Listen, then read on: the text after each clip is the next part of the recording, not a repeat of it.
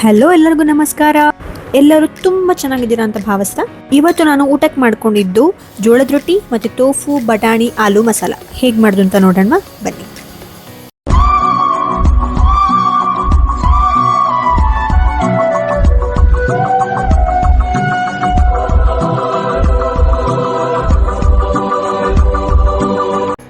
ಮೊದಲನೇದಾಗಿ ನಾನು ಒಂದು ಕುಕ್ಕರಲ್ಲಿ ಒಂದು ಸಣ್ಣ ಆಲೂ, ಒಂದು ಅರ್ಧ ಬಟ್ಲಷ್ಟು ಬಟಾಣಿ ತೊಗೊಂಡಿದ್ದೀನಿ. ಇದನ್ನು ನಾನು ಹಸಿ ಬಟಾಣಿ ತೊಗೊಂಡಿರೋದ್ರಿಂದ ಒಂದೇ ಒಂದು ವಿಷಲ್ ಓಡಿಸಿದ್ರೂ ಸಾಕಾಗತ್ತೆ.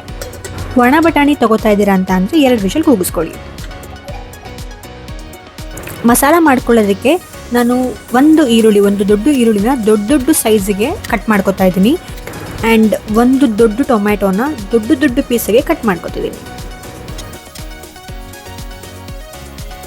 ಈಗ ನಾನು ಬಾಣಲೆಗೆ ಒಂದು ಸ್ವಲ್ಪ ಎಣ್ಣೆ, ಹಾಗೆ ಹೆಚ್ಚಿಟ್ಕೊಂಡಿರೋಂಥ ಈರುಳ್ಳಿ, ಹೆಚ್ಚಿಟ್ಕೊಂಡಿರೋಂಥ ಟೊಮ್ಯಾಟೊ, ಒಂದು 5ರಿಂದ 6 ಬ್ಯಾಡಗೆ ಮೆಣಸಿನ್ಕಾಯಿ, ಒಂದು 3 ಎಸಳು ಬೆಳ್ಳುಳ್ಳಿ, ಒಂದು ಸ್ವಲ್ಪ ಸಣ್ಣ ಇಂಚಷ್ಟು ಶುಂಠಿ, ಒಂದು ಅರ್ಧ ಮುಷ್ಟಿಯಷ್ಟು ಗೋಡಂಬಿ ಹಾಕ್ಕೊಂಡು ಚೆನ್ನಾಗಿ ಫ್ರೈ ಮಾಡ್ಕೊಳ್ಳಿ.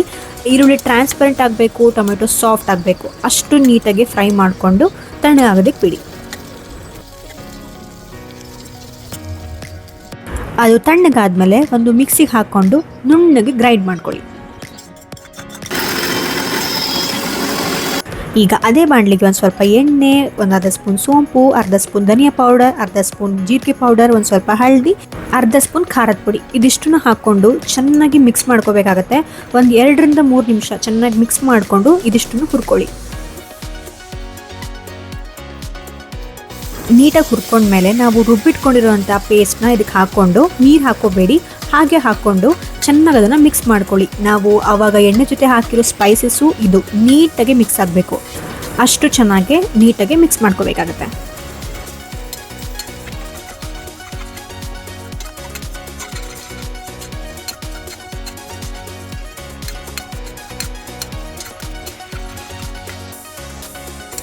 ಇಲ್ಲಿ ಕಾಣಿಸ್ತಿರೋ ಹಾಗೆ ಎಣ್ಣೆ ಬಿಟ್ಕೊಂಡಿದ್ದೆ. ಸೊ ಅಷ್ಟು ನೀಟಾಗಿ ಮಿಕ್ಸ್ ಮಾಡಿಕೊಂಡು ಫ್ರೈ ಆದ ನಂತರ ಮಿಕ್ಸಿಗೆ ಒಂದು ಸ್ವಲ್ಪ ನೀರು ಹಾಕ್ಕೊಂಡು ಅದನ್ನು ನೀಟಾಗಿ ಇದಕ್ಕೆ ಹಾಕ್ಕೊಂಡು ಚೆನ್ನಾಗಿ ಮತ್ತೆ ಮಿಕ್ಸ್ ಮಾಡ್ಕೊಳ್ಳಿ. ನಾನಿಲ್ಲಿ ಮೊದಲನೇದಾಗಿ ಬಟಾಣಿ ಆಲೂಗಡ್ಡೆ ಬೇಯಿಸ್ಕೊಳ್ಳುವಾಗ ನೀರು ಹಾಕ್ಕೊಂಡಿದ್ನಲ್ಲ, ಆ ನೀರನ್ನ ಇದು ಸ್ವಲ್ಪ ಹಾಕ್ಕೊಂಡು ಚೆನ್ನಾಗಿ ಮತ್ತೊಂದು ಸಲ ಮಿಕ್ಸ್ ಮಾಡ್ಕೋತಿದ್ದೀನಿ. ಯಾಕೆ ಅಂತ ಅಂದರೆ ಆ ನೀರು ಹಾಕೋದ್ರಿಂದ ನಿಮ್ಮ ಏನೇ ಗ್ರೇವಿ ಆಗಿರ್ಬೋದು ಸ್ವಲ್ಪ ತಿಕ್ಕಾಗಿ ಬರುತ್ತೆ. ಹಾಗೆ ಅದಕ್ಕೆ ಎಕ್ಸ್ಟ್ರಾ ನೀರು ಬೇಕು ಅಂದರೆ ಎಕ್ಸ್ಟ್ರಾ ನಿಮ್ಮ ಅಳತೆಗೆ ನೀರು ಹಾಕ್ಕೊಂಡು ಲಿಡ್ ಕ್ಲೋಸ್ ಮಾಡಿ ಚೆನ್ನಾಗಿ ಕುದಿಸ್ಕೊಳ್ಳಿ. ಅದಕ್ಕೆ ಇವಾಗ ನಿಮಗೆ ಎಷ್ಟು ಬೇಕೋ ಅಷ್ಟು ರುಚಿಗೆ ತಕ್ಕಂಗೆ ಉಪ್ಪು ಹಾಕ್ಕೊಂಡು ನೀಟಾಗಿ ಮಿಕ್ಸ್ ಮಾಡಿಕೊಂಡು ಮತ್ತೆ ಕುದಿಸ್ಕೊಳ್ಳಿ. ಇವಾಗ ನಾನು ಅದಕ್ಕೆ ಬೇಯಿಸ್ಕೊಂಡಿರೋಂಥ ಬಟಾಣಿ ಮತ್ತು ಆಲೂಗಡ್ಡೆನ ಹಾಕ್ಕೊಂಡು ಚೆನ್ನಾಗಿ ಮಿಕ್ಸ್ ಮಾಡಿಕೊಂಡು ಒಂದು ರೌಂಡ್ ಕುದಿಸ್ಕೊತಿದ್ದೀನಿ. ನೀವು ಈ ಟೈಮಲ್ಲಿ ಲಿಡ್ನ ಕ್ಲೋಸ್ ಮಾಡಿ ಬೇಕಾದರೂ ಕುದಿಸ್ಕೋಬೋದು, ಓಪನ್ ಆಗಿ ಬೇಕಾದರೂ ಕುದಿಸ್ಕೋಬೋದು. ಓಪನ್ ಆಗಿ ಕುದಿಸ್ಕೊಂಡ್ರೆ ಸ್ವಲ್ಪ ತಿಕ್ಕಾಗಿ ಬರುತ್ತೆ, ಕ್ಲೋಸ್ ಆಗಿ ಕುದಿಸ್ಕೊಂಡ್ರೆ ಗ್ರೇವಿ ತೆಳುವಾಗಿ ಬರುತ್ತೆ. ಈಗ ನಾನು ಇದಕ್ಕೆ ಅರ್ಧ ಚಮಚದಷ್ಟು ಗರಂ ಮಸಾಲ ಹಾಕ್ಕೊಂಡು ಮತ್ತೆ ಮಿಕ್ಸ್ ಮಾಡಿಕೊಂಡು ಕುದಿಸ್ಕೊತಿದ್ದೀನಿ. ಇದಕ್ಕೆ ಒಂದು ಸ್ವಲ್ಪ ಕಸೂರಿ ಮೇಥಿನ ಹಾಕ್ಕೊಂಡು ಚೆನ್ನಾಗಿ ಮಿಕ್ಸ್ ಮಾಡಿಕೊಂಡು ಕುದಿಸ್ಕೊಳ್ಳಿ.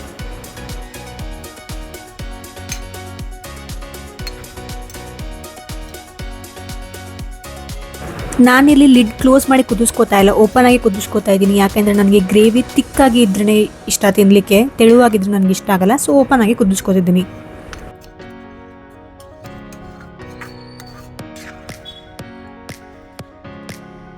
ಹಾಗೆ ಕುದಿಸ್ಕೋಬೇಕಾದ್ರೆ ನಿಮಗೆ ಉಪ್ಪೇನಾದರೂ ಕಮ್ಮಿ ಆಗಿತ್ತು ಅಂತ ಅಂದರೆ ರುಚಿ ನೋಡಿಕೊಂಡು ಮತ್ತೆ ಒಂದು ಸ್ವಲ್ಪ ಉಪ್ಪು ಹಾಕ್ಕೊಂಡು ಕುದಿಸ್ಕೊಳ್ಳಿ. ಚೆನ್ನಾಗಿ ಕುದಿಬೇಕಾದ್ರೆ ನಾನಿಲ್ಲಿ ಕಟ್ ಮಾಡ್ಕೊಂಡಿರುವಂಥ ಟೋಫುನ ಹಾಕ್ಕೊಂಡು ಮಿಕ್ಸ್ ಮಾಡ್ಕೋತಾ ಇದ್ದೀನಿ. ನಾನು ಯಾಕೆ ಟೋಫುನ ಬಳಸ್ತಾ ಇದ್ದೀನಿ ಅಂತ ಅಂದರೆ ಕೆಲವರಿಗೆ ಡೈರಿ ಬರೋದಿಲ್ಲ, ಗ್ಲೂಟನ್ ಬರೋದಿಲ್ಲ. ಅದರಲ್ಲಿ ನಾನು ಒಬ್ಳು ಡೈರಿ, ಗ್ಲೂಟನ್ ಇವೆಲ್ಲನೂ ಬಿಟ್ಟಿದ್ದೀನಿ. ಹಾಗಾಗಿ ಮಿಲ್ಕ್ ಪ್ರಾಡಕ್ಟ್ನ ತಗೊಳ್ಳೋದ್ರ ಬದಲು ನಾನಿಲ್ಲಿ ಟೋಫುನ ಯೂಸ್ ಮಾಡ್ತಾ ಇದ್ದೀನಿ. ಅವಾಗಲೂ ಒಂದು ನೆನ್ಪಿಡ್ಕೋಬೇಕು ಅಂತಂದರೆ, ನೀವು ಏನೇ ಮಾಡುವಾಗ ಪನ್ನೀರ್ ಆಗಲಿ ಟೋಫು ಆಗಲಿ ಮುಂಚೆನೇ ಆ್ಯಡ್ ಮಾಡೋಕ್ಕೆ ಹೋಗ್ಬಿಡಿ, ಲಾಸ್ಟ್ಗೆ ಆ್ಯಡ್ ಮಾಡಿ. ಲಾಸ್ಟ್ಗೆ ಆ್ಯಡ್ ಮಾಡೋದ್ರಿಂದ ನಿಮ್ಮ ಟೋಫು ಅಥವಾ ಪನ್ನೀರ್ ರಬ್ಬರ್ ಥರ ಆಗೋದಿಲ್ಲ, ನೀಟಾಗಿ ಬೆಂದ್ಕೊಳ್ಳುತ್ತೆ. ಒಂದು ಕುದಿ ಕುದಿಸ್ಕೊಂಡ್ರು ಸಾಕು.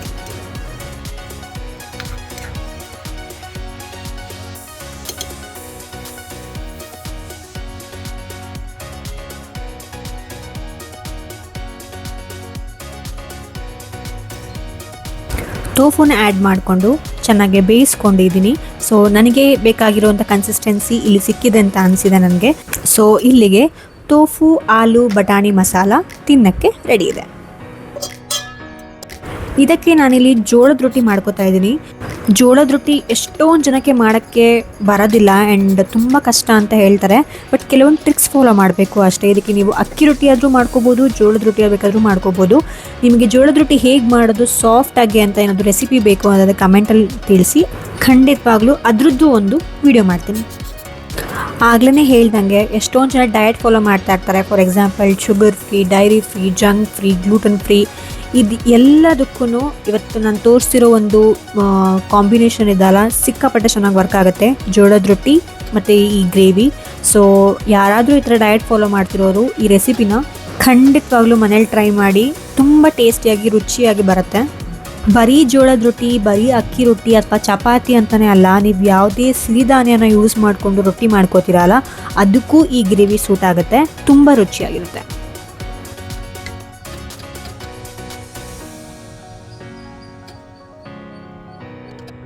ಇವತ್ತು ಮಾಡಿರುವಂಥ ಡಿಶಲ್ಲಿ ಯಾವುದೇ ರೀತಿಯಿಂದ ಕ್ರೀಮ್ ಆಗಲಿ, ಮೊಸರಾಗಲಿ, ಹಾಲಾಗಲಿ ಏನು ಯೂಸ್ ಮಾಡಿದೆ ತುಂಬ ಟೇಸ್ಟಿಯಾಗಿ ಟೋಫು ಬಟಾಣಿ ಮಸಾಲ ಮಾಡ್ಕೊಂಡಿದ್ದೀನಿ. ನಿಮಗೂ ಇಷ್ಟ ಆಯಿತು ಈ ರೆಸಿಪಿ ಅನ್ನೋದಾದರೆ ಲೈಕ್ ಮಾಡಿ, ಶೇರ್ ಮಾಡಿ, ಸಬ್ಸ್ಕ್ರೈಬ್ ಮಾಡಿ. Thank you.